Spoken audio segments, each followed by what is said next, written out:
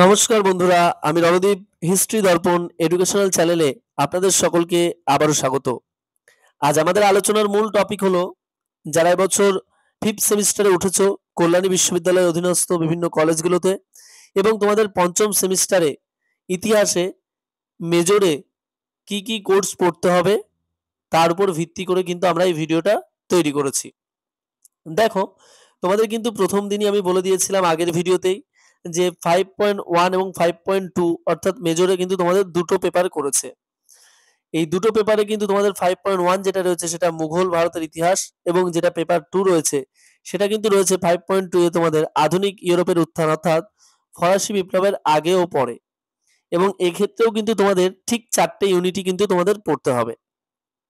তাহলে শুরু করা যাক যে আজকের যে তোমাদের টপিকগুলো রয়েছে সেই টপিকগুলো আমি বাংলায় সম্পূর্ণ তোমাদের ভালোভাবে আলোচনা করে দেব। আর তার আগে প্রথমেই বলি, যারা চ্যানেলে নতুন আছো অবশ্যই চ্যানেলটিকে সাবস্ক্রাইব করে নোটিফিকেশন অন করে রাখবে এবং বন্ধু বান্ধবদের মাঝে অবশ্যই শেয়ার করে দেবে। দেখো, প্রথমেই যে কোর্সটা তোমাদের পড়তে হবে, নাম্বার 1, 18 শতকের ইউরোপের সমাজ, রাজনীতি এবং অর্থনীতি।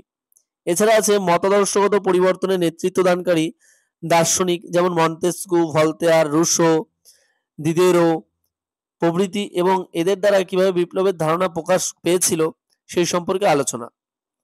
নেক্সট যে রয়েছে ইউনিট 2 অর্থাৎ ফরাসি বিপ্লবের আর্থ-সামাজিক পটভূমি 1789 সালে, এছাড়াও ফ্রান্সের উপর আমেরিকার স্বাধীনতা যুদ্ধ 1776 এর প্রভাব এবং বিপ্লবের প্রধান ঘটনাবলী। নেক্সট যে 3 নম্বর টপিকটা রয়েছে যে তোমাদের ইউনিট রয়েছে সেটাই কিন্তু তোমাদের পড়তে হবে ফরাসি বিপ্লবের ইতিহাস রচনা, শ্রেণী চরিত্রের ব্যাখ্যা, এক্ষেত্রে অভিজাত, বুর্জোয়া, কৃষক এবং শ্রমিকদের ভূমিকা, সন্ত্রাসের রাজত্ব এবং জ্যাকোবিন প্রজাতন্ত্রের উত্থান ও পতন, থার্মিডোরিয়ান প্রতিক্রিয়া এবং নির্দেশিকা।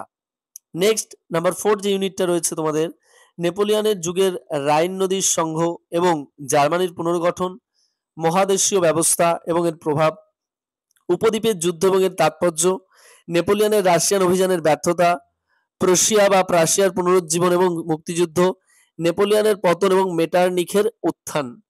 এই প্রশ্নগুলো এই ইউনিটগুলোর ভিতর যেগুলো রয়েছে, বিশেষ করে নেপোলিয়নের মহাদেশীয় অবরোধ ব্যবস্থা, নেপোলিয়নের আভ্যন্তরীণ সংস্কার, মেটারনিক ব্যবস্থা এবং মেটারনিকের পতনের কারণ মেটারনিক ব্যবস্থার, তারপর উপদ্বীপীয় যুদ্ধ, ফরাসি বিপ্লব, ফরাসি বিপ্লবের ফলাফল, ফরাসি বিপ্লবের আর্থ-সামাজিক পটভূমি, এই প্রশ্নগুলো কিন্তু মোস্ট ইম্পর্টেন্ট এবং খুবই গুরুত্বপূর্ণ।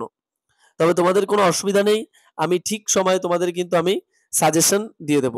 তাই অবশ্যই তোমরা আরো যদি কিছু দরকার হয় তোমরা অবশ্যই কমেন্ট করে জানাবে, তাহলে আমি কিন্তু চেষ্টা করব সেই ধরনের জিনিস তৈরি করার যাতে তোমরা তার মাধ্যমে উপকৃত হতে পারো একদম নিঃস্বার্থভাবে।